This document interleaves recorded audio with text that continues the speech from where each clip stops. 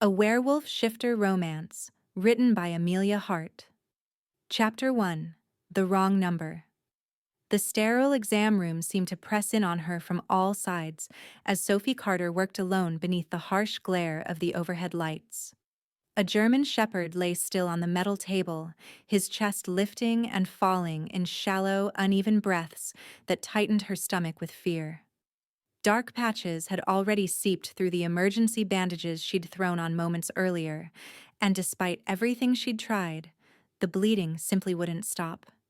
Sophie's fingers searched for his pulse, counting the fast, fragile beats while her mind scrambled through procedures she wasn't trained to perform. "Easy, boy," she murmured, her tone gentle even as panic scraped at her ribs. "I'm going to get you through this." His eyes, cloudy with pain, locked onto her face with a trust that made her heart twist. Animals had always responded to her this way, sensing something in her she couldn't explain. Dr. Reed called it a gift, but tonight it felt more like a weight, as she watched the shepherd fight for every breath. At 24, Sophie had handled plenty of emergencies, but this one felt different. The German shepherd had been rushed in by a desperate owner just after closing, struck by a car that hadn't even slowed down.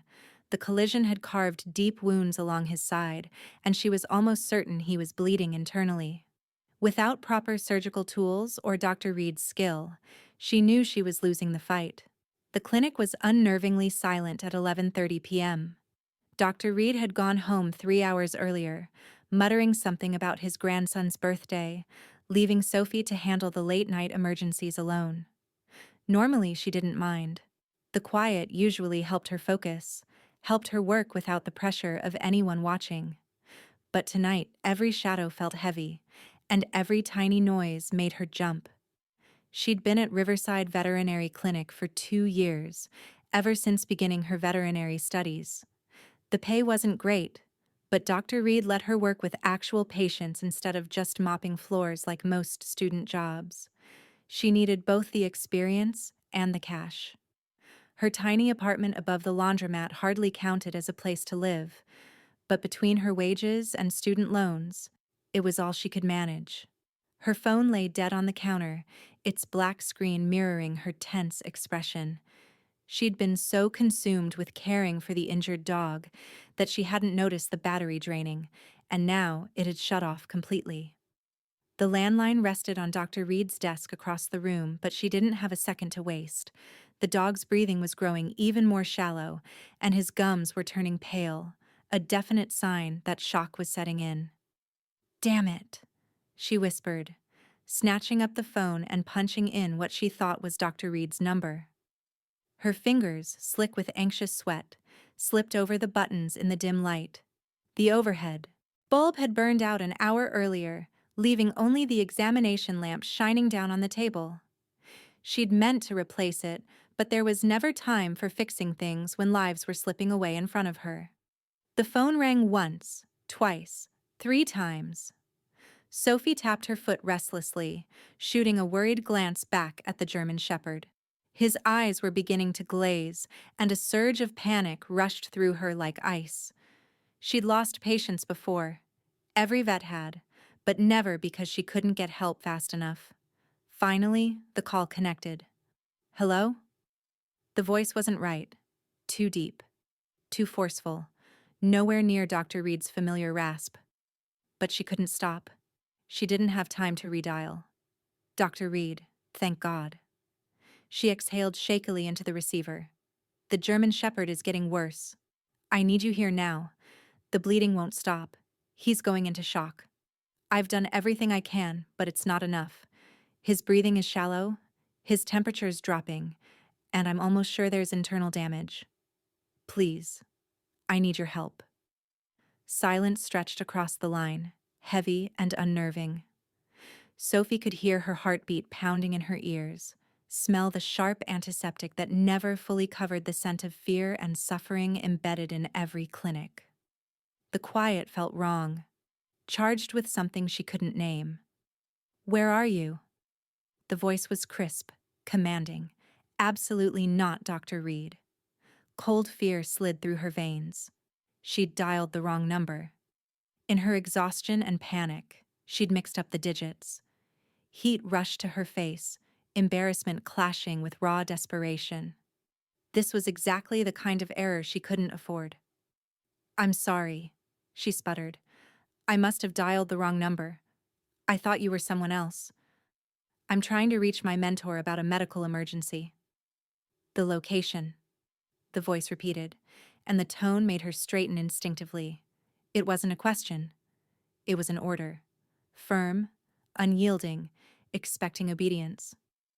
Sophie's gaze drifted around the empty clinic, aware all at once of how alone she truly was. Outside, the parking lot sat in darkness, the streetlights stretching long shadows across the pavement. Her battered Honda stood alone beneath the flickering security lamp. Beyond that, only darkness leading out toward the industrial district. Anyone could be out there, watching, waiting. "I can't tell you that," she said, forcing strength into her trembling voice. "I don't know who you are. This was a mistake. You said the German Shepherd was dying." The stranger's voice had shifted, calmer now, almost gentle, but beneath that softness was unmistakable steel. "You need help." Sophie looked back at the dog. His breathing was even more strained, his tongue lolling out as pink foam gathered at the edges of his mouth. She was losing him, and Dr. Reed still wasn't picking up. She'd called 3 times in the past hour, each attempt ending in voicemail. Her fingers tightened around the receiver as she faced an impossible choice. Something in the stranger's tone carried a certainty, a confidence that made it sound like he understood exactly what she needed. Maybe he was a veterinarian. Maybe he knew what it was like to watch a life slip away helplessly. Maybe fate had connected her to the one person who could save the dog. "Riverside Veterinary Clinic," she heard herself say, "on Maple Street, just past the old courthouse. But I'm warning you. I'm calling the police if you're not who you say you are." The line went dead. Sophie stared at the silent phone, her heart slamming against her ribs. What had she done? She'd handed her location to a total stranger, someone who had answered her wrong call and somehow swayed her into trusting him with information that could put her at risk. But the dog's ragged breathing pulled her back. She stepped to the table, resting her hands gently against his wounded side. His breaths came fast and shallow, his temperature falling despite the warming blanket wrapped around him. She had maybe 20 minutes left. Outside, engines rumbled. Not one, several. Headlights swept across the windows as vehicles pulled into the lot. Her mouth went dry. 3 black SUVs slid into place like pieces in a calculated formation, their dark windows hiding whoever was inside. This wasn't Dr. Reed. This was something else. Something deliberate. The engines went silent at the same moment, and figures stepped out. Even in the weak lighting, she saw the way they moved. Quiet, controlled, dangerous, predatory. These weren't vets responding to an emergency. They were something far more threatening. Sophie placed her hands on the German Shepherd's head, stroking between his ears as she whispered reassurances she didn't believe. Whatever was coming, she wouldn't leave the animal that had trusted her with his life. The clinic door chimed as someone stepped inside. Chapter 2: Dangerous Strangers. The man who stepped into the clinic moved with the effortless, fluid confidence of someone used to taking control the moment he entered a room. Sophie's breath hitched as she took in his presence. Easily 6'2", broad-shouldered, his dark jacket fitting him with tailored precision. His black hair was cut short and clean, professional, but nothing about him felt soft. Sharp lines carved his face, and his nearly black eyes scanned the clinic with a predator's focus. 4 more men followed him inside, each radiating the same contained danger. These weren't thugs. They weren't random criminals. Their expensive clothing, their silent communication, their coordinated sweep of the small clinic. They were something far more organized, far more deliberate. Sophie's fingers curled around the edge of the examination table as the strangers spread out.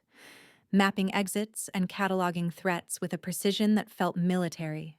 "You're not Dr. Reed," she said, proud that her voice didn't crack, even though fear pressed hard against her throat. The leader's eyes snapped to hers, pinning her in place like a specimen under glass. "No," he said, his voice the same deep baritone that had demanded her location over the phone. "I'm someone who received your message about an emergency." "What kind of veterinarians travel in a convoy?" Sophie shot back, stepping instinctively between the men and the wounded German shepherd. "Who are you people?" He didn't answer her. Instead, he approached the table with clipped, steady steps, his gaze shifting to the dying dog. Something softened in his expression as he took in the animal's condition. Shallow breaths, blood-soaked bandages, eyes glazing with the nearness of death. "What happened to him?" he asked, and Sophie blinked at the unexpected sincerity in his tone. "Hit and run," she replied automatically, then bristled. "Not that it's any of your business. I asked you a question." His lips tilted in the faintest shadow of a smile. "My name is Caspian Cross. I run a specialized veterinary practice. When I got your call, I assumed one of my patients needed urgent help. Specialized how?" Sophie narrowed her eyes. "And why do you need bodyguards for house calls?" "I work with difficult cases," Caspian said smoothly, "animals that others have given up on. As for security, you'd be surprised how emotional people become when their pets are involved." It sounded reasonable, almost. But something underneath his tone hinted at deeper meaning she wasn't being given. Sophie studied his face hard, searching for the tiny giveaways that revealed lies, the subtle hardening around the eyes, the tension that crept into shoulders when someone spun a false story. She'd grown up watching her father lie his way through life until the day he died, and she'd learned how to read deceit like a second language. Caspian Cross was hiding something. But he wasn't lying. Not exactly. It felt more like he was offering her a trimmed-down version of the truth, carefully edited, designed specifically for her ears. "The dog is dying," she said flatly. "If you're really a veterinarian, prove it." Caspian didn't argue.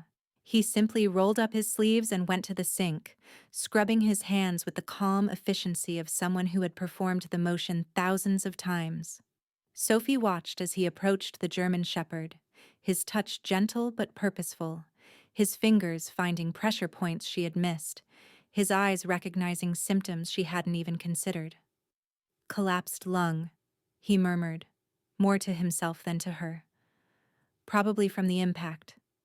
That's why his breathing is so strained." Sophie's stomach dropped. "I don't have the tools for thoracic surgery. He's going to die, isn't he?" "Not if we move quickly."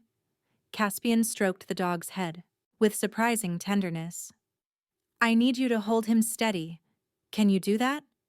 "Of course, but—" "Trust me," he said, cutting her off, and something in his eyes, steady, unwavering, made her believe him despite every rational warning exploding in her mind. What followed became the most intense 20 minutes of Sophie's life.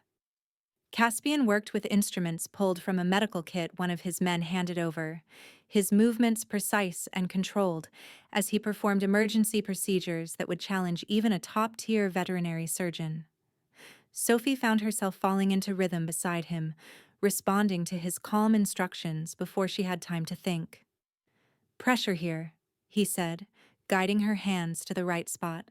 "Feel that? The lung is re-expanding." Their fingers brushed, and a jolt of sensation shot up her arm, sharp and electric.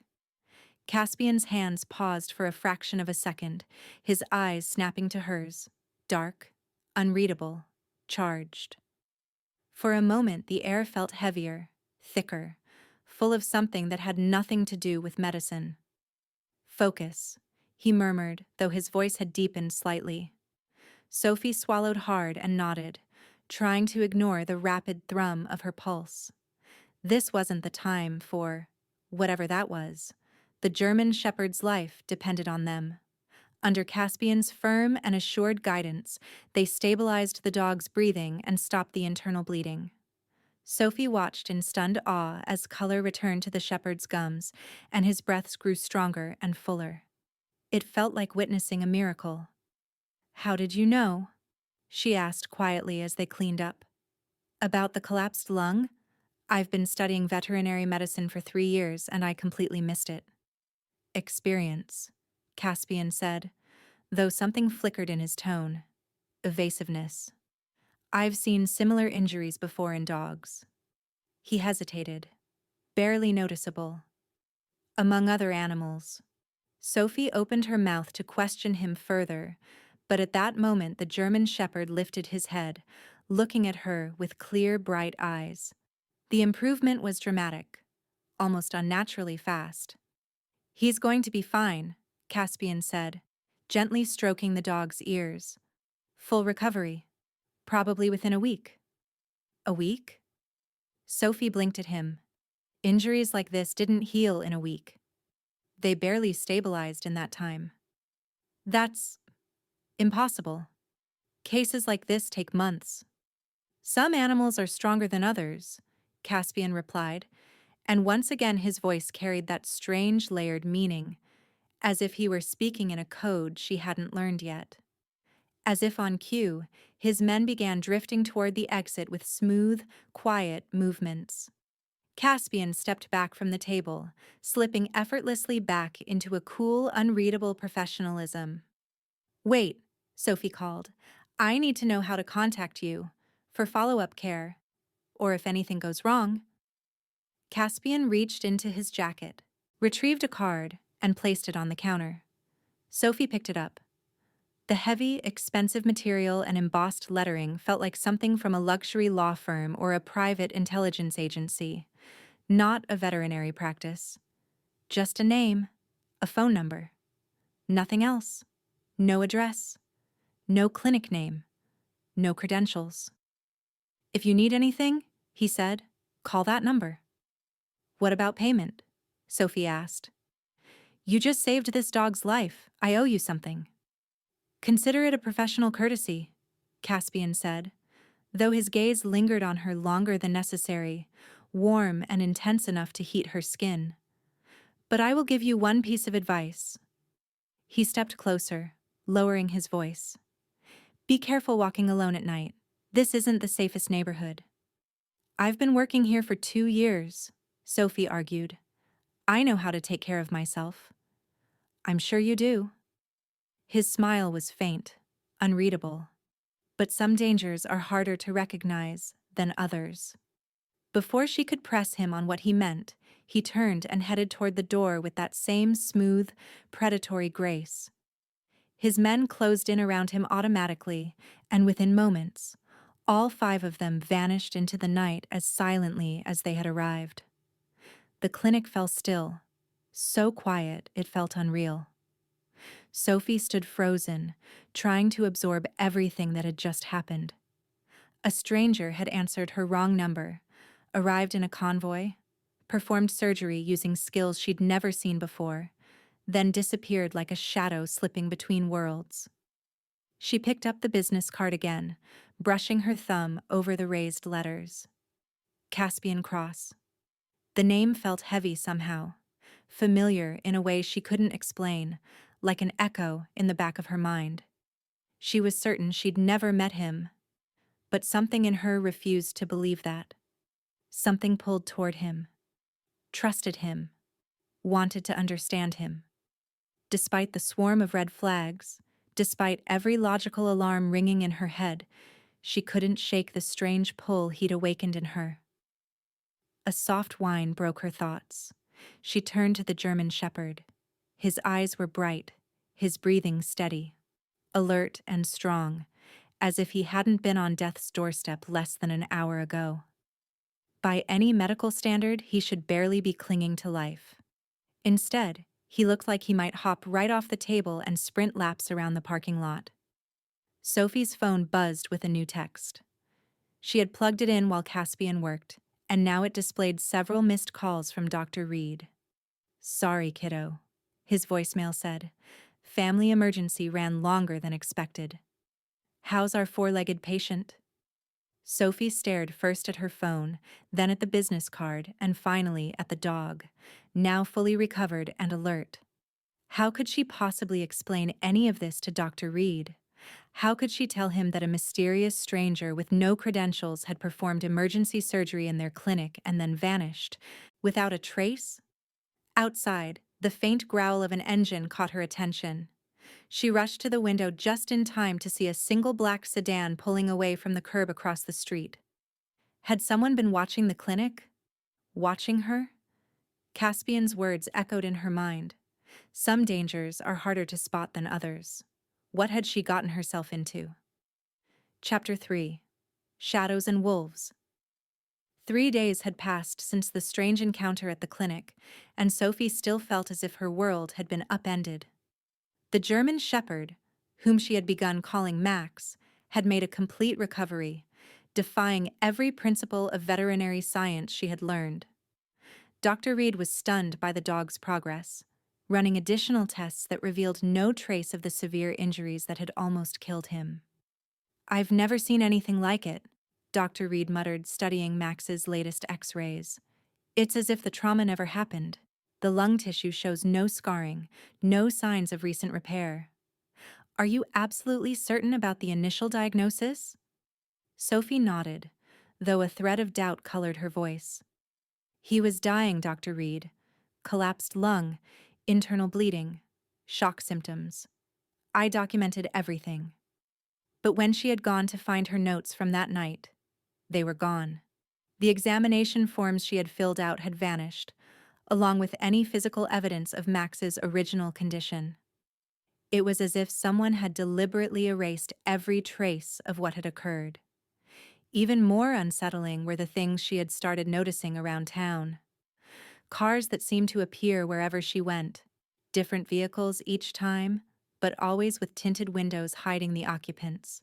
A man at a coffee shop who left the moment she arrived, the constant prickling sensation of being watched as she walked to her car.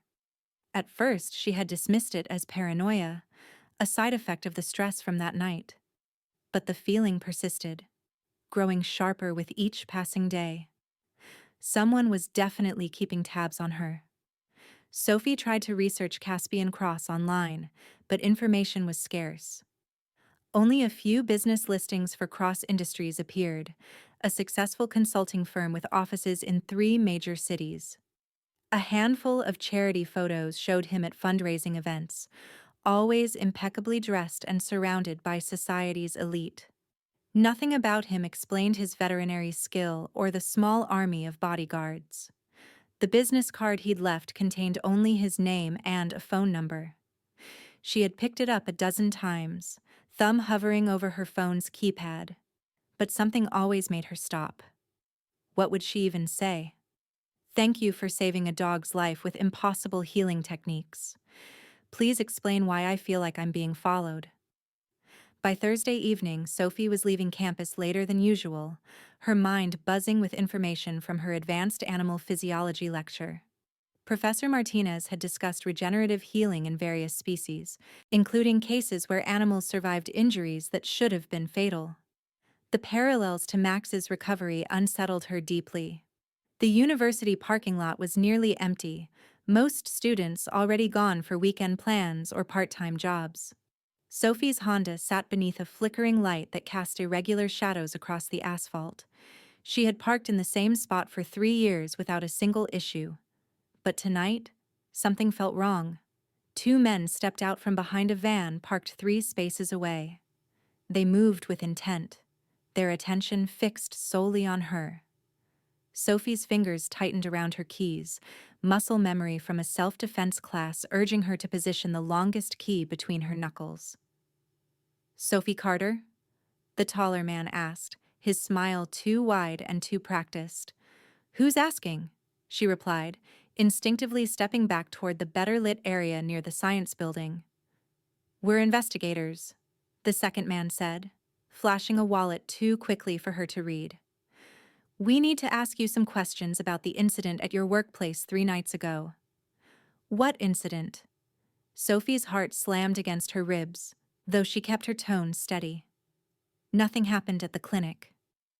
"Come now, Miss Carter," the first man said, shifting to block her retreat. "We know about your visitors, the men with the expensive cars. What do they want with you?" Sophie's thoughts raced. These men weren't police. Their suits were too cheap, their badges too conveniently flashed. But they knew about Caspian and his team, which meant they had been watching that night. "I don't know what you're talking about," she said, continuing to back away. "And I don't have to answer your questions without proper identification." The men exchanged a brief, telling look, and Sophie saw the exact moment they abandoned their act. The taller one reached into his jacket while the other moved to flank her. "I think you do know," he said, his voice stripped of its earlier friendliness. "And I think you're going to tell us everything." Sophie turned and ran. Behind her came cursing, then the pounding rhythm of heavy footsteps gaining on her. The science building was 50 yards away, but its doors locked at 8:01 p.m. Her car was closer, yet there was no chance she'd reach it, unlock it, and start the engine before they caught her. Panic surged through her bloodstream as the reality of how isolated she was crashed over her. Then she heard it. A low, rumbling growl, deep enough to vibrate through the pavement, resonant enough to freeze her mid-stride. It didn't come from one direction. It came from everywhere at once. The footsteps behind her stopped abruptly. Sophie spun around just in time to see the two men backing away from the shadows between two parked cars, fear draining the color from their faces. The growling intensified, and then massive shapes slid out of the darkness. Wolves, 3 of them. Each one impossibly huge, far larger than any wild wolf she'd ever seen. Their fur was so dark it seemed to swallow the flickering light, and their eyes glowed with an eerie, unmistakable intelligence, one that felt far too human. They moved like a unit, deliberate and coordinated, placing themselves between Sophie and the men pursuing her. "What the hell?" one of the men whispered, hand trembling as he reached into his jacket. The largest wolf lifted its head, lips peeling back to reveal fangs like carved ivory. The sound it released wasn't a typical growl, nor any howl Sophie had ever heard in documentaries. It was a promise, a lethal warning that needed no translation. Both men broke. They turned and sprinted, tripping over each other in their desperation to reach the van. The engine roared to life, and they sped out of the lot, tires shrieking as if even rubber wanted to escape. Now Sophie stood alone, with 3 giant predators. She should have been terrified. Every rational instinct should have urged her to run, hide, scream. But instead, she found herself locked onto the gaze of the largest wolf. His eyes were deep blue, almost black, and painfully familiar. "Caspian," she whispered. The wolf's ears flicked sharply forward. For a heartbeat, something like surprise crossed its features. Then, the shadows around them rippled, shimmered, and in the space where wolves had stood seconds before, 3 men now waited. Sophie's mind reeled, logic warring with what her eyes refused to deny. 3 wolves had become 3 men.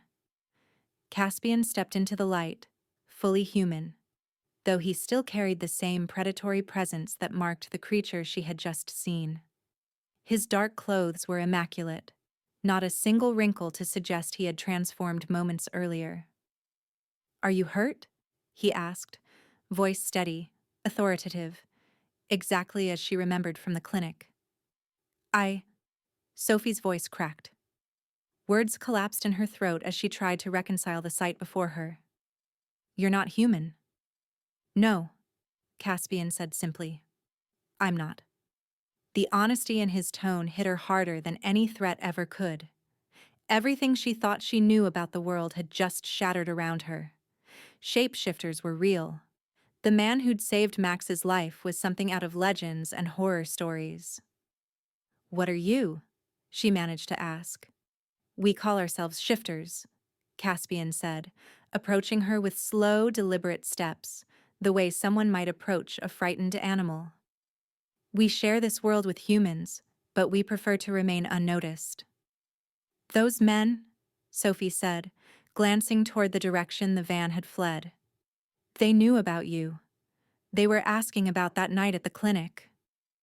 Caspian's expression darkened. What did you tell them? Nothing. I didn't know what they were talking about. She hugged her arms around herself, suddenly cold despite the warm night air. How did they know? How did they find me? Because you were seen with me, Caspian said quietly, something like guilt threading through his voice. Being associated with my kind puts you in danger from people who would use that knowledge for their own purposes. What kind of purposes?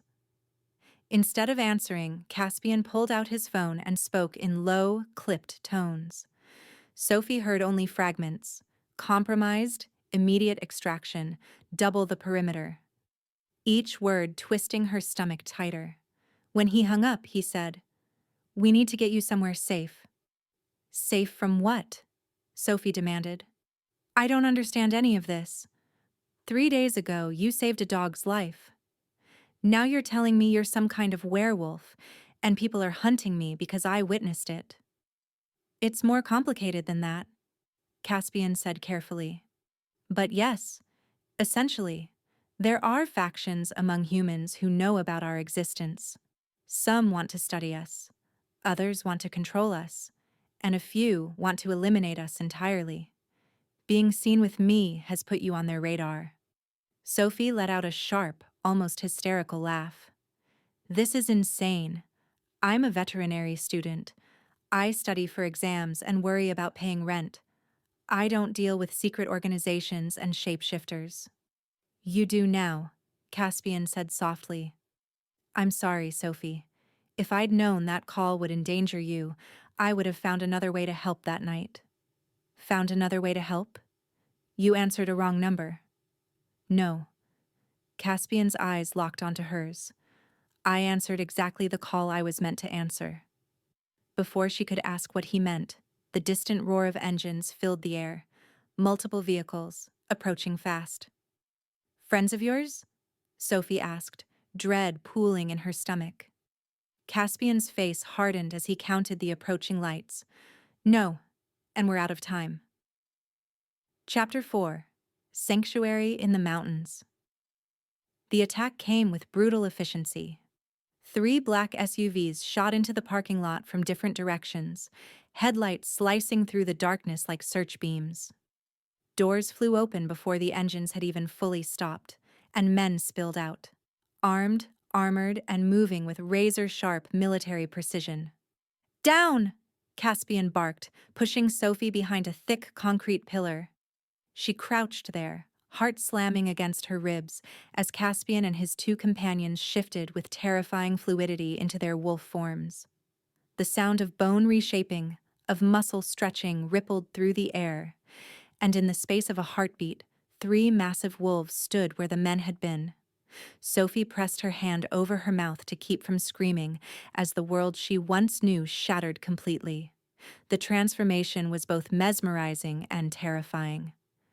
Bones stretched, muscles rippled, and human features melted into something wild and powerful. Within seconds, 3 enormous wolves stood where men had been moments before. The battle that followed was unlike anything Sophie could have imagined. The wolves moved like liquid shadows, striking from multiple angles with a precision that spoke of years spent fighting together. But their enemies were prepared for the supernatural, wielding weapons that sparked with electricity and fired silver-tipped projectiles, tranquilizers. Sophie heard one attacker shout, "We need them alive!" The largest wolf, Caspian, leapt over a car, taking down 2 men at once, his massive body moving with impossible speed. Yet even as he fought, Sophie could see the tide was turning against them. More vehicles arrived, disgorging fresh reinforcements. A tranquilizer dart struck one of Caspian's companions in the shoulder. The wolf stumbled, movement slowing as the drugs took hold. Caspian's anguished howl echoed across the parking lot as he reached for his fallen pack member.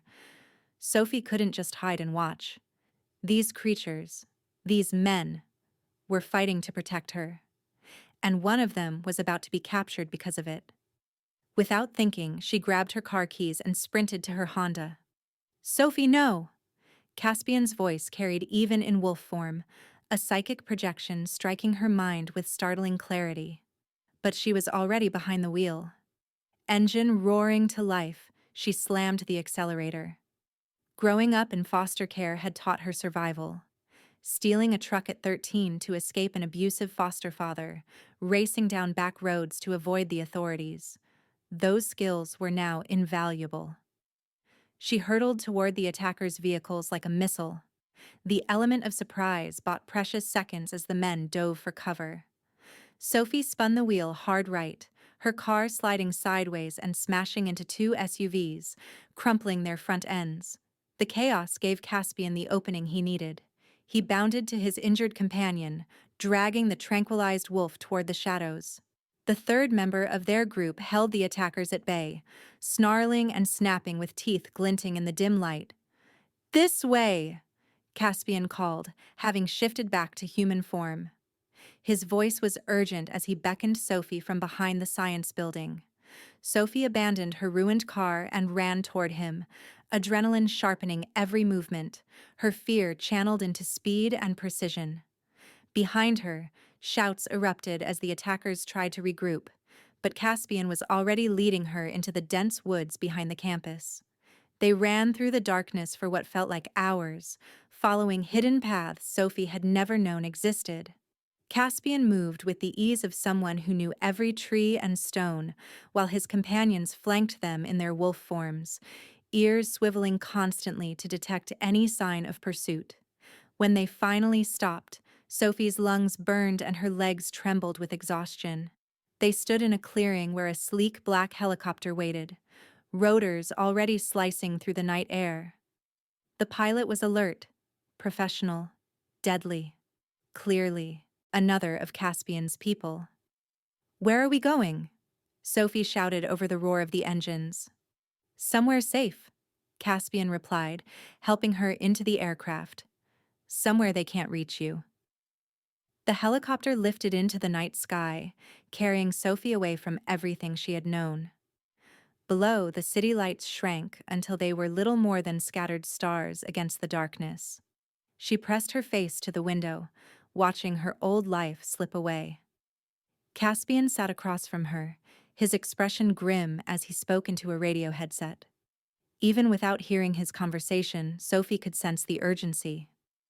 His jaw tightened with each exchange, and his knuckles whitened where he gripped the armrest. After 40 minutes, the helicopter descended toward a compound nestled in pristine wilderness. Sophie could make out buildings arranged around a central courtyard, their architecture blending seamlessly with the surrounding forest. Security lights illuminated defensive positions that spoke of careful preparation for precisely this kind of situation. The helicopter touched down on a landing pad carved from native stone.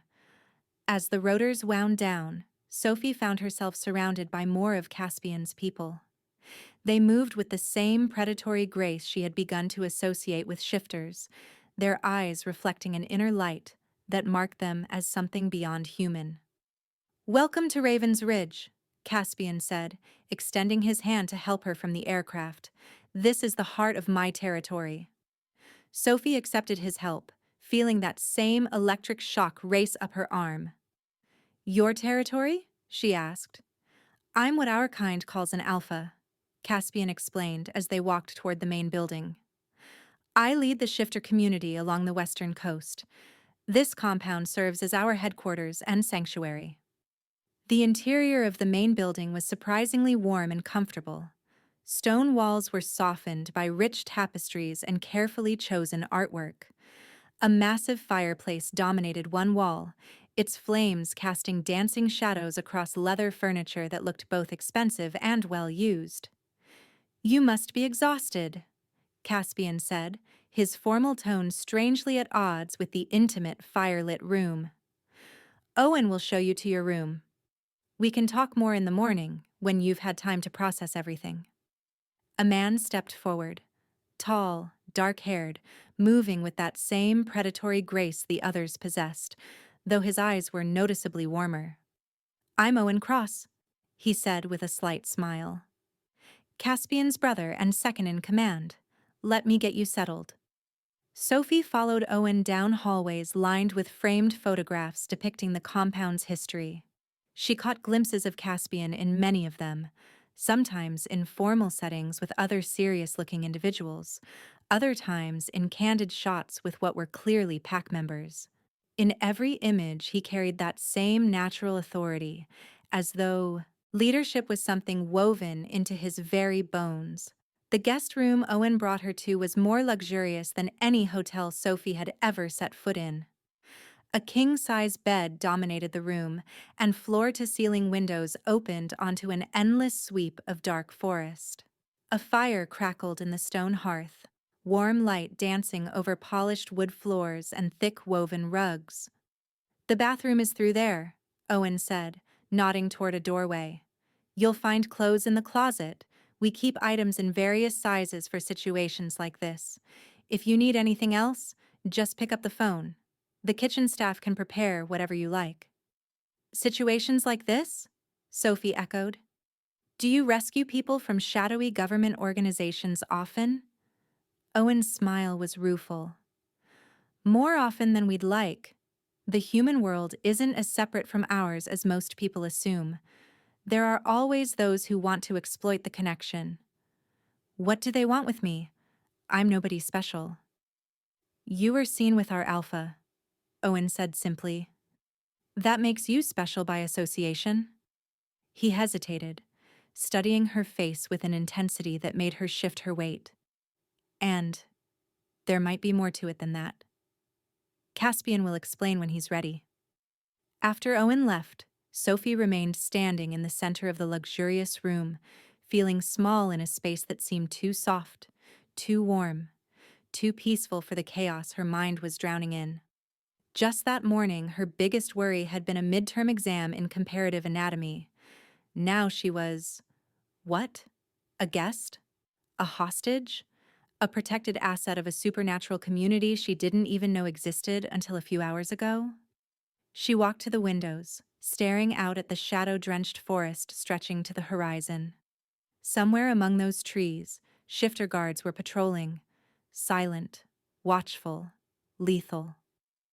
The thought should have comforted her. Instead, it emphasized just how drastically her world had shifted. A soft knock pulled her from her spiraling thoughts. Sophie turned as the door opened, and a young woman entered carrying a tea service, her movements graceful and soundless. Sophie accepted the steaming cup, inhaling the unfamiliar herbal scent that instantly loosened the tight coil in her chest. "I'm Luna," the young woman said warmly. "I thought you might want something to help you sleep." "Thank you," Sophie murmured, sinking onto the edge of the bed. The tea was soothing in a way she didn't understand. "Can I ask you something?" "Of course."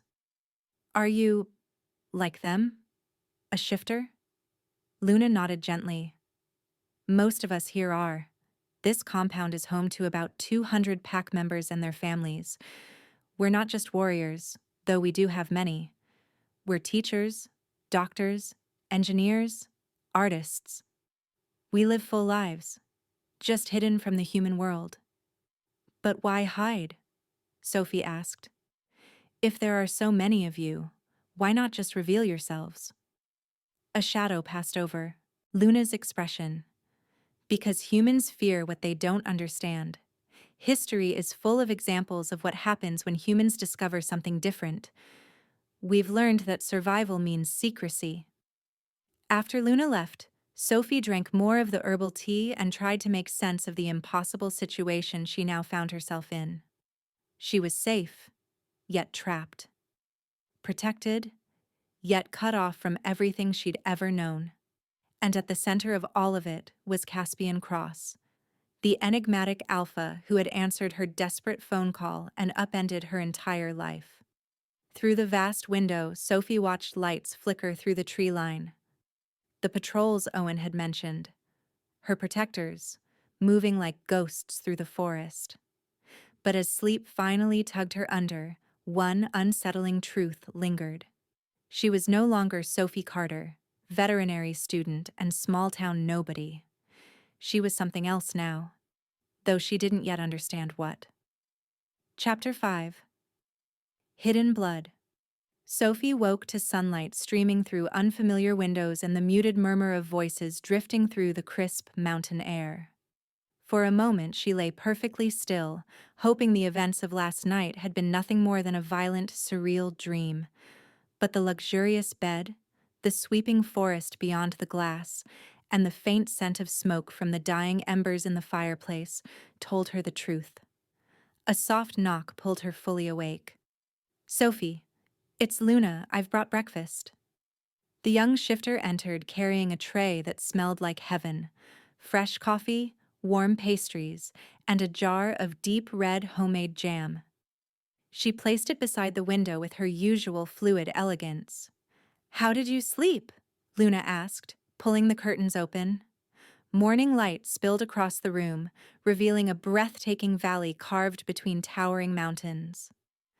"Better than I expected," Sophie admitted, tugging the silk robe tighter around herself. "Though part of me is still waiting to wake up and realize this was all a dream." Luna's smile was soft. "The first contact with our world is always overwhelming. You're handling it remarkably well." "Am I?" Sophie breathed. "Because it feels like I'm barely holding it together." "Trust me, you're doing fine," Luna said softly. "I've seen humans discover our existence before. Most of them end up catatonic or hysterical. You fought back last night. That takes courage." Sophie sipped the coffee, richer and smoother than anything she'd ever tasted, and studied Luna. The young woman couldn't be much older than herself, yet her eyes carried a depth and wisdom that spoke of experiences far beyond her years. "How long have you lived here?" Sophie asked. "All my life," Luna replied, settling into the chair across from her. "I was born at Raven's Ridge. My parents were part of Caspian's father's pack. When the old Alpha died and Caspian took over, nothing really changed for those of us who grew up here. This has always been home." "What happened to his father?" Sophie asked, sensing the gravity behind the question. Luna's expression darkened. "Murdered, along with his mother. Caspian was only 22 when he inherited leadership of 12 pack territories. Most people thought he was too young, too inexperienced. He spent the last 7 years proving them wrong." Sophie felt an unexpected pang of sympathy. She understood what it meant to lose parents too young to navigate the world without guidance. "I'm sorry," she murmured. "I know what that's like.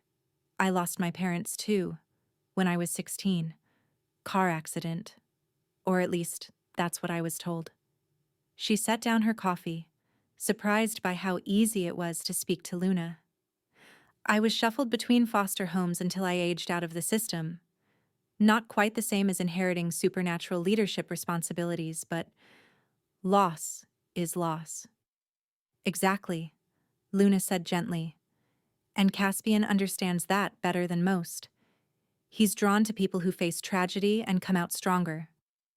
Before Sophie could ask what she meant, another knock sounded at the door. This time, it was Owen. His expression was serious. "Sorry to interrupt," he said. "Caspian needs to see you. We've had some developments overnight." Sophie's stomach clenched. "What kind of developments?" "The kind better discussed in private," Owen replied, his tone firm but careful. Quickly, Sophie dressed in the clothes provided, a pair of jeans and a sweater that fit perfectly. She couldn't stop herself from wondering how they'd known her exact size. Owen led her through the compound, past training areas where shifters practiced combat in both human and wolf forms. Sophie couldn't help staring at the ease with which they moved between shapes, as if changing form was as natural as breathing. Some fought as humans with weapons she'd never seen, while others prowled the practice ring as massive wolves, their movements coordinated with an intelligence far beyond instinct. Impressive, isn't it? Owen said, noticing her fascination. Most of us start training from childhood. By adulthood, the shift is as natural as walking. How many of you are there? Shifters, I mean. More than humans suspect. Fewer than we'd like, Owen replied carefully. We're scattered across the globe in packs and territories. Caspian's domain is one of the largest in North America. They entered a building that felt more like a corporate office than part of a supernatural stronghold. Glass-walled conference rooms lined a central corridor, and the air hummed with the quiet efficiency of important work. Through open doorways, Sophie glimpsed people at computer terminals, their screens filled with data she couldn't interpret. Caspian waited in a corner office that balanced professionalism with unmistakable personality. Expensive but functional furniture, walls lined with maps marked in unfamiliar symbols. He stood with his back to them, staring out a window that overlooked the compound's defenses. "Thank you, Owen," he said without turning. "Close the door, please." Sophie found herself alone with the Alpha for the first time since their rescue. In daylight, he seemed even more imposing, not just physically, but in the authority radiating from him, like heat from a flame. This was a man accustomed to life or death decisions, carrying the weight of hundreds of lives. "How are you feeling?" he asked, finally turning to face her. "Confused? Overwhelmed? Grateful?" Sophie admitted. "Your people have been incredibly kind. They deserve protection. Which is why what I'm about to tell you is going to be difficult to hear." Caspian's expression hardened. He moved to his desk, picking up a tablet and scrolling through data that made his jaw tighten. "The men who attacked us last night weren't random opportunists. They're part of an organization we've been tracking for months. Humans who capture and experiment on shifters." "Experiment how?" Sophie asked, her voice barely above a whisper. "They're trying to replicate our abilities. Create artificial shifters they can control," Caspian said flatly, though the rage simmering beneath his words made her flinch. "They've been targeting isolated pack members, especially those with rare gifts." Sophie sank into a chair, her legs trembling. "And they think I have rare gifts?" "We think they know something about you that you don't know yourself," Caspian said gently. "Sophie, when you touched that injured German shepherd at the clinic, what did you feel?" Sophie frowned, remembering. Connected to him, like I could sense his pain. Understand what he needed? Caspian's eyes held hers. "Exactly. And that is not unusual for you. But it's more than just empathy. It's something rarer.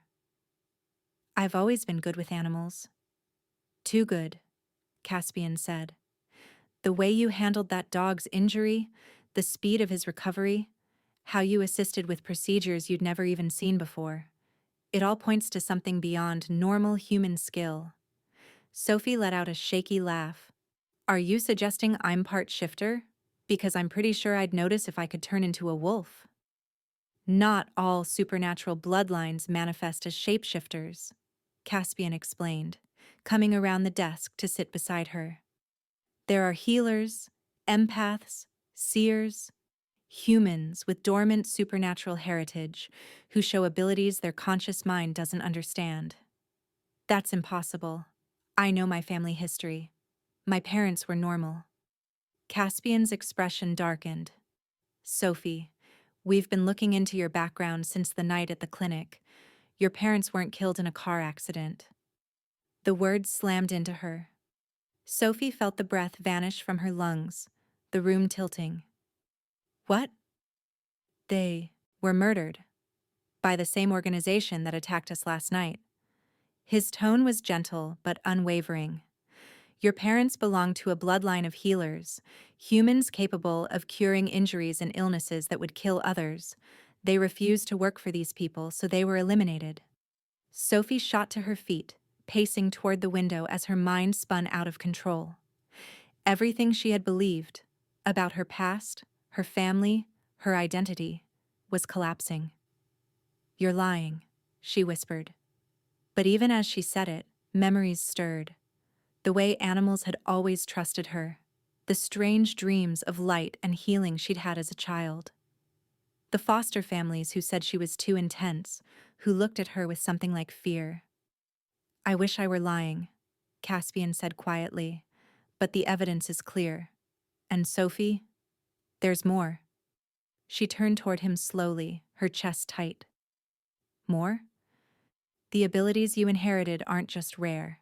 They're legendary. Your bloodline produces a healer maybe once every century.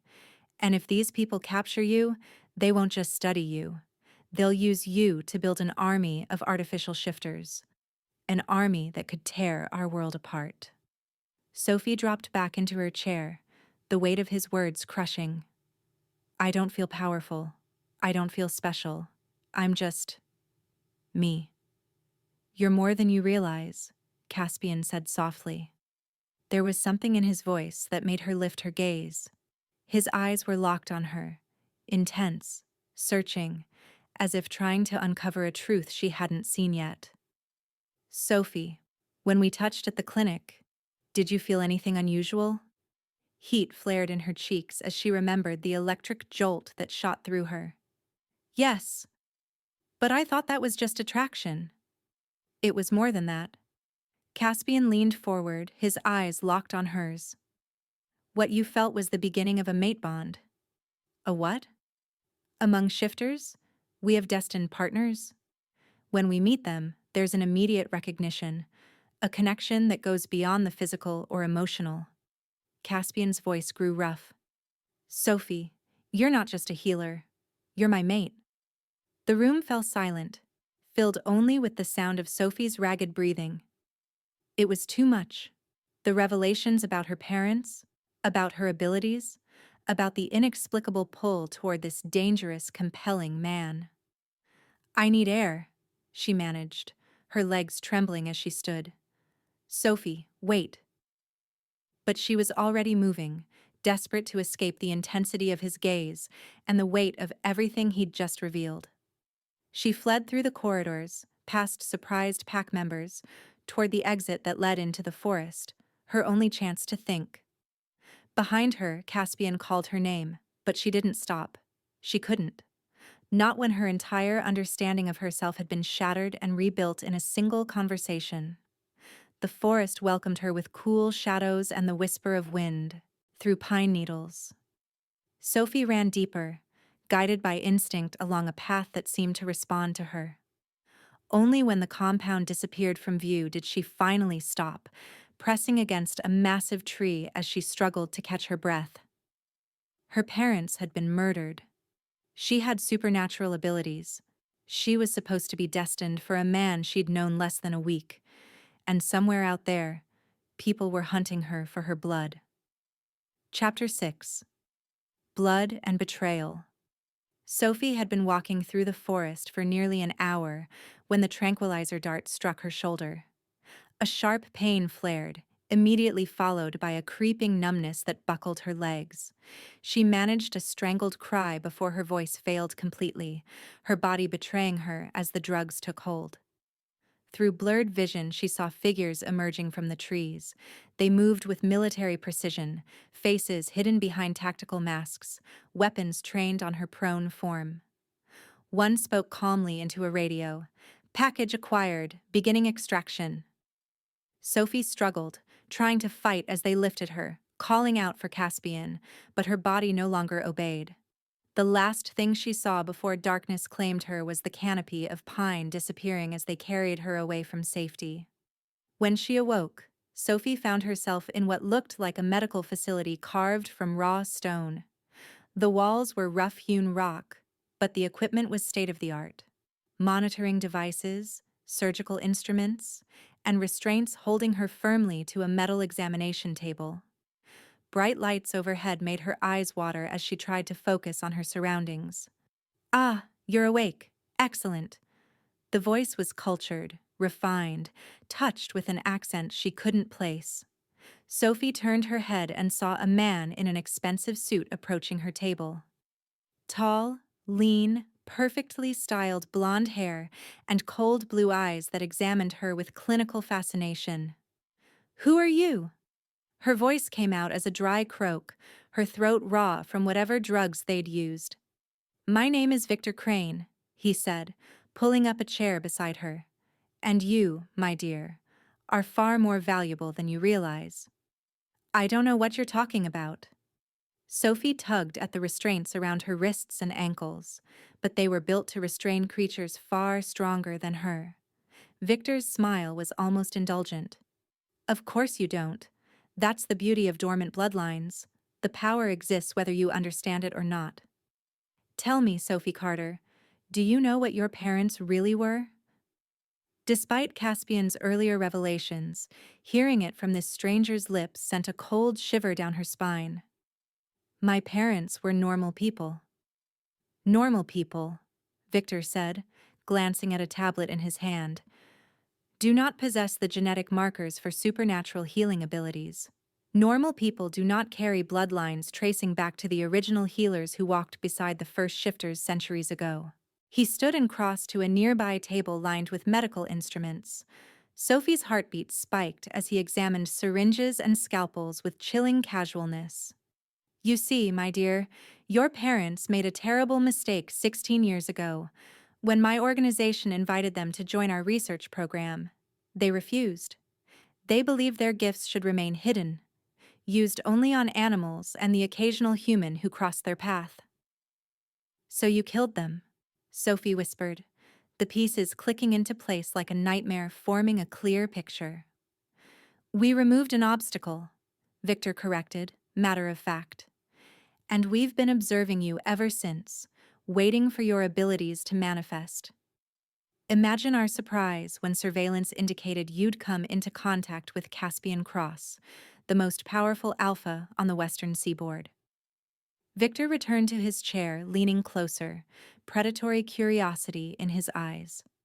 "That connection accelerated your awakening, didn't it? Being near such a powerful shifter, feeling the pull of the mate bond, it triggered abilities that might have stayed dormant for years." Sophie said nothing, but her silence told him enough. "The beauty of healer bloodlines," Victor continued, "is that the abilities work even without the subject's cooperation. Your touch can cure injuries, accelerate recovery, even pull someone back from the brink of death. All we need is your blood, your genetic material, and we can synthesize that power." "To do what?" Sophie demanded, though dread coiled in her stomach. "To create controllable shifters, of course." Victor's eyes glittered with fanatic excitement. "Imagine an army of supernatural soldiers, all bound to obey human commanders. No more hiding in the shadows. No more pretending humans are the weaker species. With your healing abilities integrated into our serum, our artificial shifters will be nearly immortal." A door opened at the far end of the chamber.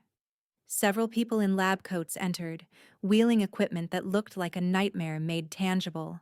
IVs, extraction devices, and machines Sophie couldn't identify but instantly feared. "The process will be somewhat uncomfortable," Victor said lightly. "But don't worry, we need you alive and relatively healthy for the foreseeable future. Think of yourself as a renewable resource." Sophie yanked against her restraints with desperate strength, but the reinforced metal didn't budge. "Caspian will find me," she said through clenched teeth. "He'll tear this place apart." "Oh, I'm counting on it," Victor replied, his smile almost joyful. "You see, dear Sophie, you're not just bait for one alpha. Cross isn't the only shifter intrigued by your unique abilities. By the time we're finished, every major pack leader on the continent will be trying to rescue you."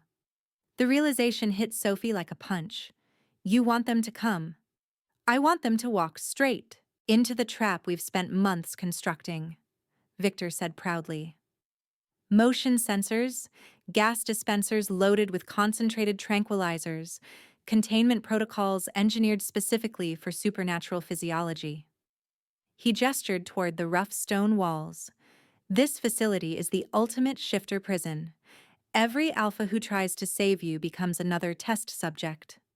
A technician stepped forward with a large syringe, the needle glinting under the harsh lights. Sophie's healing abilities might have been dormant in her mind, but her body recognized the danger instantly. Power she'd never felt before ignited, rushing through her like molten fire. The restraint on her left wrist snapped. Victor's eyes widened, not with fear, but exhilaration. Magnificent. Did you see that? The stress response triggered a massive surge in her cellular energy output. Sophie clawed at the remaining restraints, but the technicians moved faster. More syringes appeared, sedatives designed to suppress supernatural abilities.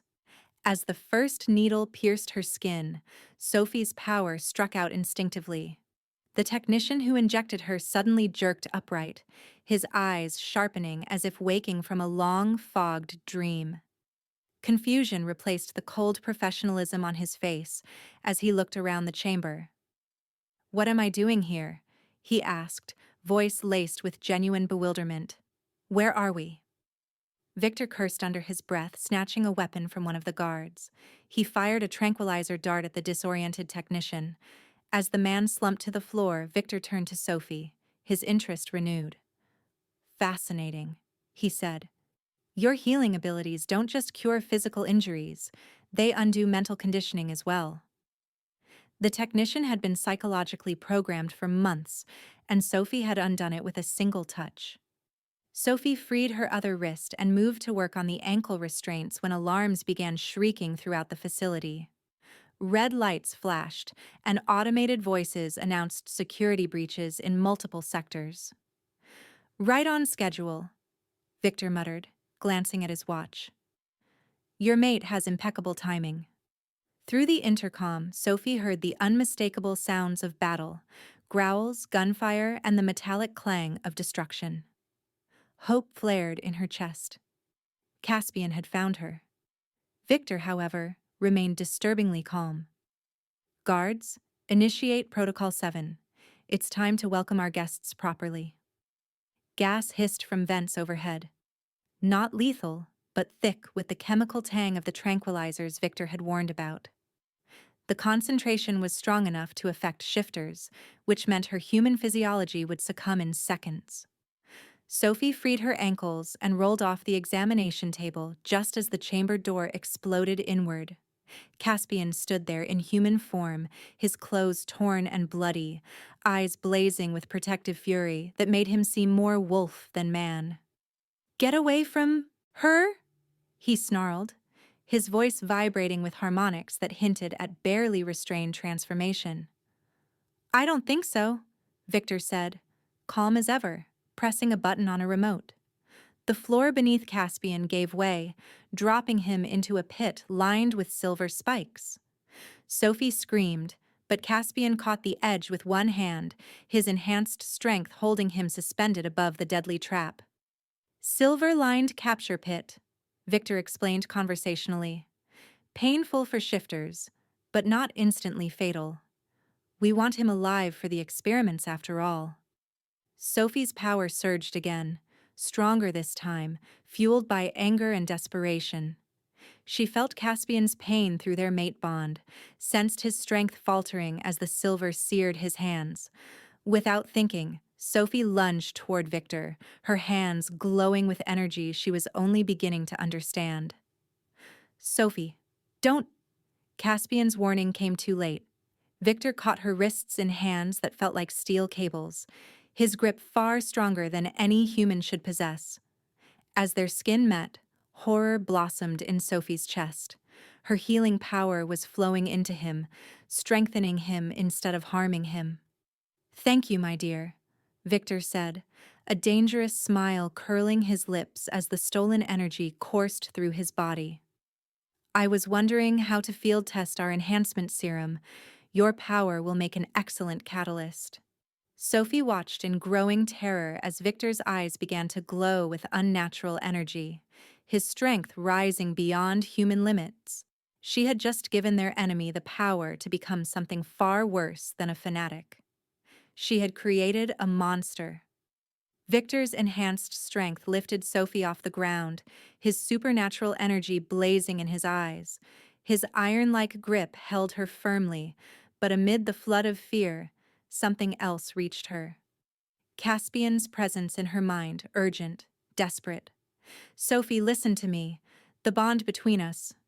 Use it. My strength is yours." She didn't understand until she felt it.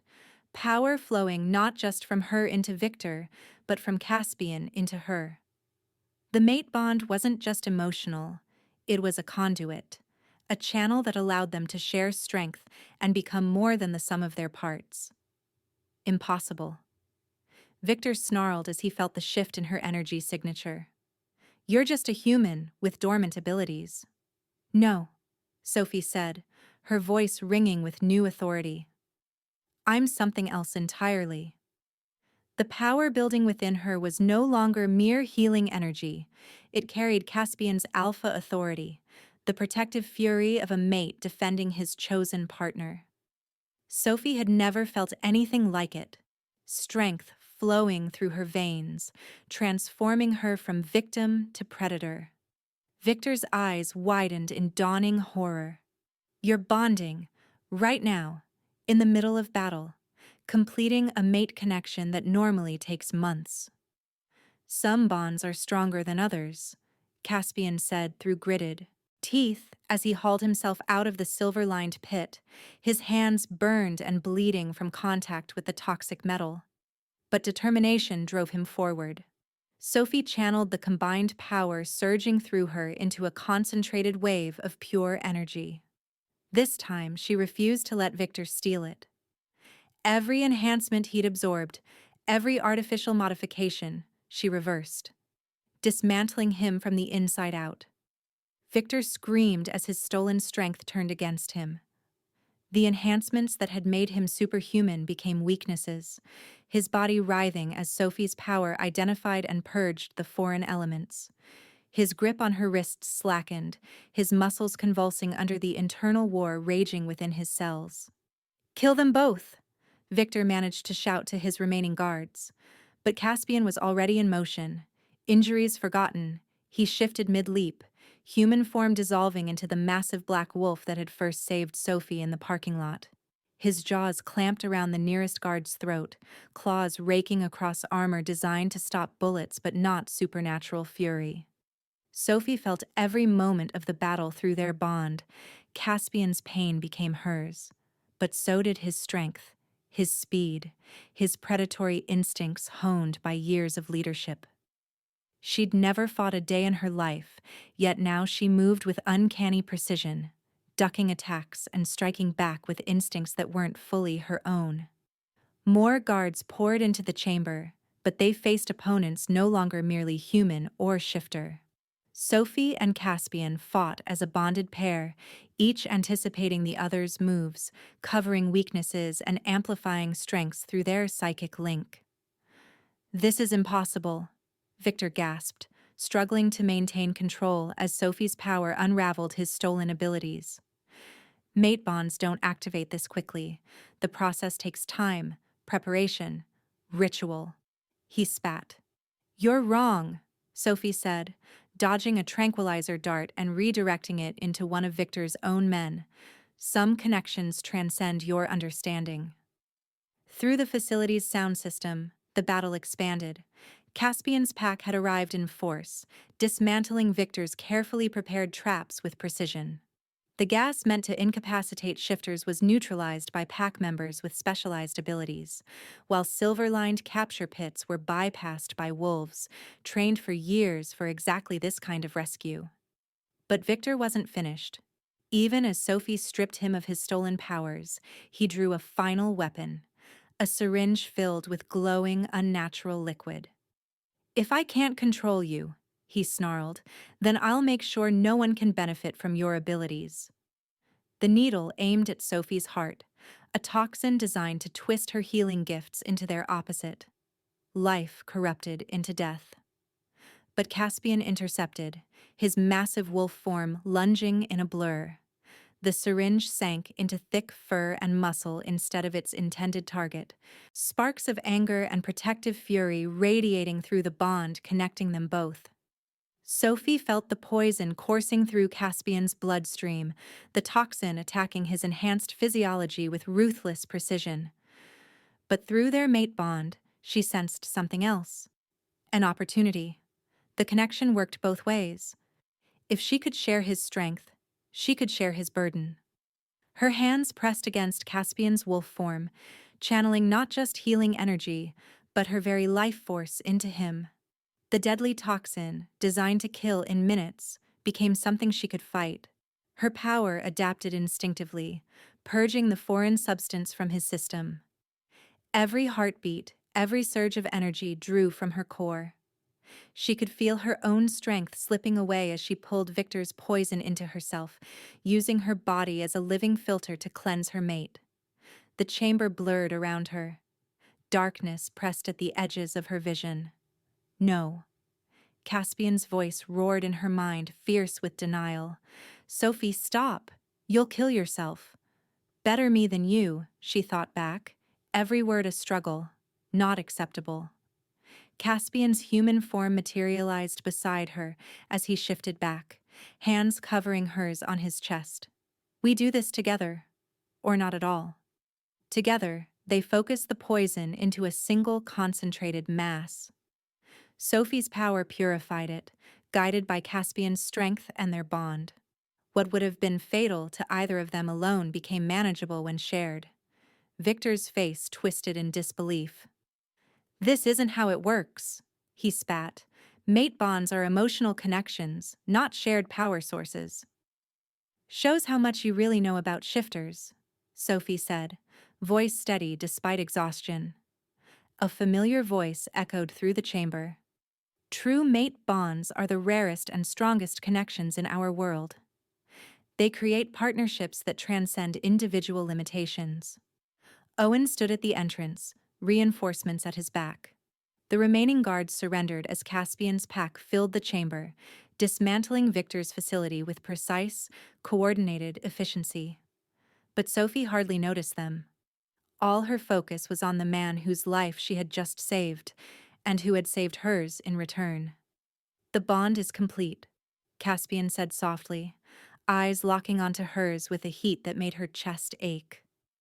Do you understand what that means? She nodded, the connection between them as palpable as her own heartbeat. It means we're partners in everything. It also means you're Luna of the Western Territories. Owen added with a grin. Alpha female to every shifter pack from here to the Pacific Ocean. Hope you're ready for some responsibility.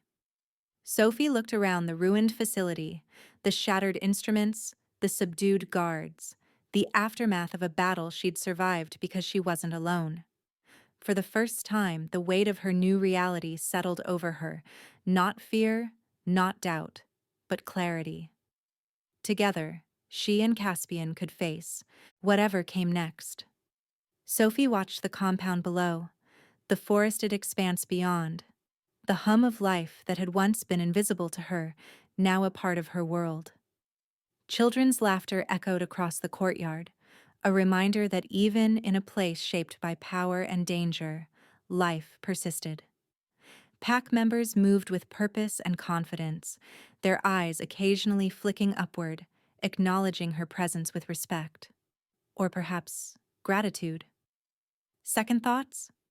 Caspian's voice came from behind her, warm and teasing, yet laced with genuine concern. Sophie turned, and there he was, her mate, still carrying the authority of an alpha even in the relaxed moments of domesticity. His formal suit from the earlier video conference hung perfectly, yet it was the quiet strength in his posture and the faint curve of his smile that made her heart quicken. Never, she said, stepping into his arms with the ease of familiarity that only time and trust could build. I was just thinking about how different everything is now, she admitted, letting her forehead rest against his chest. Different how? Caspian murmured, his hands settling at her waist, drawing her closer. 6 months ago, The most important decision I had to make was which textbook to study from, Sophie said with a soft laugh, gesturing to the organized chaos of papers, maps, and reports spread across her desk. Now, I'm reviewing territorial agreements, healing protocols, and security measures for 12 different PAC communities. I used to worry about exams. I used to worry about myself. Now, it's all about everyone else. It's overwhelming sometimes. You've adapted beautifully, Caspian said, tilting her chin up to meet her gaze. You've grown into this role faster than anyone I've ever known. Raven's Ridge, the Western Territories. They aren't just stronger because of me. They're stronger because of you. Sophie's chest swelled with pride and humility. The frightened, uncertain girl who had hidden behind the doors of a small veterinary clinic barely a week ago seemed like a lifetime ago. Her hands brushed over Caspian's chest, feeling the steady heartbeat beneath her fingertips, the same rhythm that had anchored her through the chaos, the fear, the battles, and now, the responsibility. And we face it together, she said softly, her words carrying the weight of promise and inevitability. Whatever comes next, we face it together. Caspian's smile deepened, his eyes reflecting the bond that had transformed them both. Together, he echoed, pressing a gentle kiss to her temple. Sophie looked out again at the compound, at the lives she now influenced, at the territories she helped protect. Life was no longer about herself.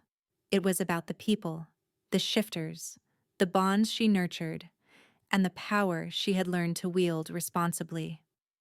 She felt the hum of the mate bond, a constant pulse between them, reminding her that she was no longer alone, and never would be. The Luna of the Western Territories. Healer, mate, protector, partner.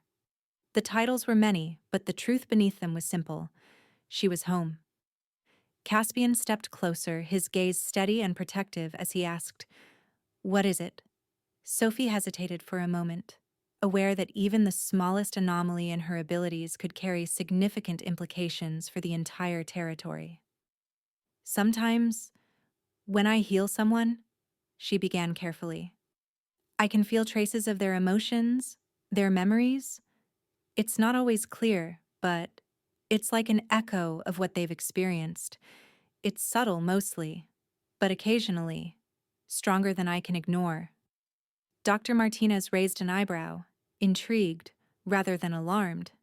That's a known side effect in some advanced healer bloodlines, though it's rare. The mate bond can amplify those sensitivities, which explains why it's more noticeable now. Sophie nodded. I think it helps me understand patients more quickly, anticipate what they need. But sometimes it's overwhelming. I can't always filter the emotions from the physical injuries. Caspian reached out, brushing a strand of hair behind her ear. You don't have to face it alone. We can work on filtering it together. That's what the bond is for. His words carried both reassurance and the weight of authority, reminding her that she wasn't just a healer. She was a partner, a protector, a leader. Dr. Martinez smiled faintly, tapping at the tablet to record Sophie's observations. This is actually very promising. The sensitivity you're experiencing could give you an unprecedented ability to diagnose and treat complex cases, both physical and psychological. With proper training and controlled exposure, it could redefine what a healer in our society can accomplish. Sophie exhaled, feeling a mixture of relief and excitement. Then I guess I'll need a lot of practice. Caspian's lips curved in a rare, gentle smile. Practice and patience, my Luna, and whatever comes, we face it together. For a moment, the three of them stood in quiet acknowledgement, the hum of Raven's Ridge beyond the medical bay, a reminder of the lives Sophie now had the power to touch. Every challenge, every danger, every unexpected responsibility, they were hers to bear, but never alone. Dr. Martinez gathered her equipment. We'll continue the evaluations monthly, but I expect to see continued growth. Keep notes on anything unusual and always report it immediately. Your abilities are evolving faster than anything I've ever documented, Sophie. And with Caspian's support, the possibilities are extraordinary. Sophie exchanged a glance with her mate, feeling the weight of her responsibilities tempered by the undeniable strength of their bond. Extraordinary, she repeated softly, a smile tugging at her lips. I think I'm ready. Caspian's hand slid over hers, thumbs brushing lightly against her knuckles. I've never doubted it. And for the first time since being thrust into this hidden, dangerous world, Sophie felt the thrill of purpose, power, and partnership all at once. The life she'd known seemed distant, almost impossible to remember, while the one before her, bound to Caspian, to her pack, and to the extraordinary potential of her abilities, was real, present, and hers to shape. The forest was alive with the quiet hum of twilight, crickets chirping, leaves rustling, and the occasional distant howl from a patrol wolf marking its territory. Sophie rested her hand on her growing belly, feeling a warmth that went far beyond the physical. Caspian walked beside her, his other hand covering hers, his eyes constantly scanning their surroundings out of habit, though the danger was minimal this close to the compound. I keep thinking about the child, Sophie said softly, breaking the comfortable silence. Everything about them, their bloodline, the bond with us, it's overwhelming. Caspian's gaze softened as he lowered his head slightly to brush his lips against her temple. Overwhelming in the best way. This child carries the legacy of Healer and Alpha, but more importantly, they carry our bond. That makes them stronger than either of us individually. Sophie looked up at him, her eyes reflecting the last light of the setting sun filtering through the trees. Do you think it's going to be difficult? All these abilities, these powers, they could make it dangerous for the baby. Caspian tightened his hand over hers, his voice low and steady. We'll face it together. You're not just my mate. You're the strongest healer I've ever known. And our child will be surrounded by love, protection, and guidance from a pack that would move mountains to keep them safe. A soft smile tugged at Sophie's lips. I just never imagined any of this. Me, a Luna, a mate, a mother. In 6 months, everything I thought I knew about life has changed. Caspian chuckled quietly, a deep, rumbling sound that reverberated through the forest around them. Life has a way of surprising us, doesn't it? But some surprises are worth every challenge. They walked on in silence for a while, hands intertwined, letting the forest soothe their minds. Sophie's chest felt full, not just with anticipation of motherhood, but with gratitude for the bond that had transformed her life completely. Finally, she asked, her voice almost a whisper, "Do you think our child will inherit my dreams? My ancestral memory?" Caspian paused, his eyes thoughtful. If they do, they'll inherit more than just memory. They'll inherit the wisdom of generations. But with you and me guiding them, they'll learn to use it wisely. They'll be extraordinary, Sophie. Just like you. Sophie rested her head against his shoulder, closing her eyes. The forest, the pack, her mate, the life growing within. Her, it all felt impossibly real. For the first time, she allowed herself to imagine a future where they could face whatever came together, not as individuals, but as a bonded family. The wind whispered through the trees, carrying with it a sense of promise. The bond between them, the life they were nurturing, and the pack they led, it was a new chapter. One that neither danger nor darkness could erase. The forest was alive with the quiet hum of twilight, crickets chirping, leaves rustling, and the occasional distant howl from a patrol wolf marking its territory. Sophie rested her hand on her growing belly, feeling a warmth that went far beyond the physical. Caspian walked beside her, his other hand covering hers, his eyes constantly scanning their surroundings out of habit, though the danger was minimal this close to the compound. I keep thinking about the child, Sophie said softly, breaking the comfortable silence. Everything about them, their bloodline, the bond with us, it's overwhelming. Caspian's gaze softened as he lowered his head slightly to brush his lips against her temple. Overwhelming in the best way. This child carries the legacy of Healer and Alpha, but more importantly, they carry our bond. That makes them stronger than either of us individually. Sophie looked up at him, her eyes reflecting the last light of the setting sun filtering through the trees. Do you think it's going to be difficult? All these abilities? These powers? They could make it dangerous for the baby. Caspian tightened his hand over hers, his voice low and steady. We'll face it together. You're not just my mate. You're the strongest healer I've ever known. And our child will be surrounded by love, protection, and guidance from a pack that would move mountains to keep them safe.